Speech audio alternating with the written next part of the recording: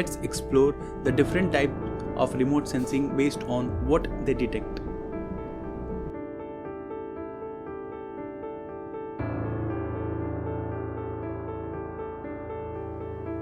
So the first one is optical remote sensing. Now, optical remote sensing captures visible and infrared light, just like a camera. It's used for land cover mapping, agriculture monitoring, and urban planning. The examples can be Landsat, Sentinel-2, and MODIS. The second type of remote sensing can be thermal infrared remote sensing.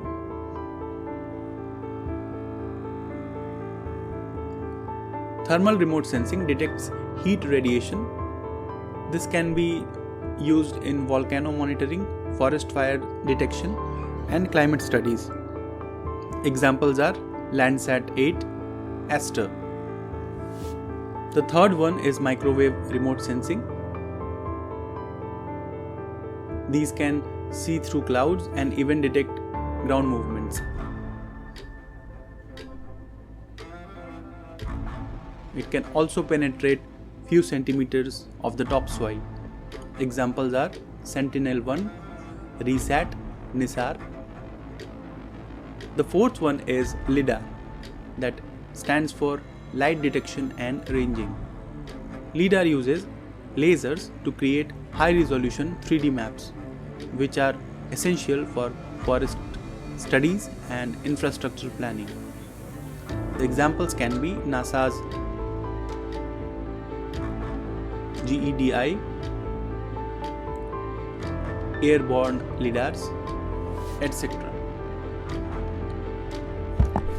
The fifth can be gravitational remote sensing.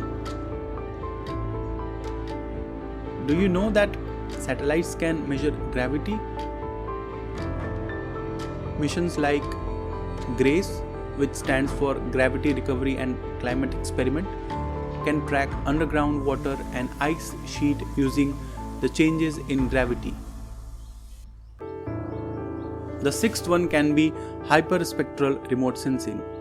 This captures data across hundreds of narrow spectral bands. The examples are Hyperion, Prisma, Aviris.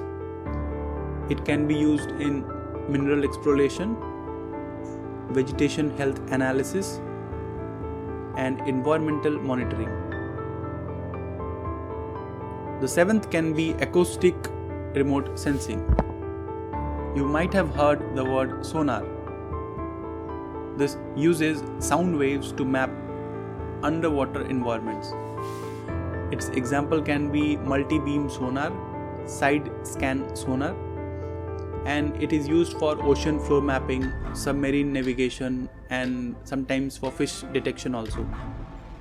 The eighth one is ultraviolet remote sensing. This uses ultraviolet rays to detect specific atmospheric and biological features.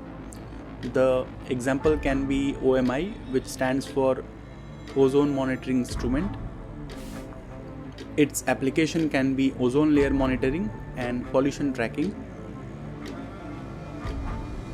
The ninth one is magnetic remote sensing. This measures variation in Earth's magnetic fields. The examples can be SWARM,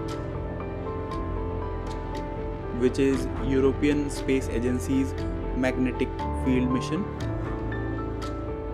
Its applications are mineral exploration and tectonic studies.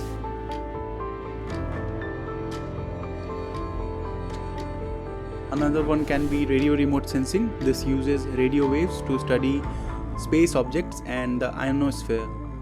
Examples can be Very Large Array. Its applications include space exploration and atmospheric research.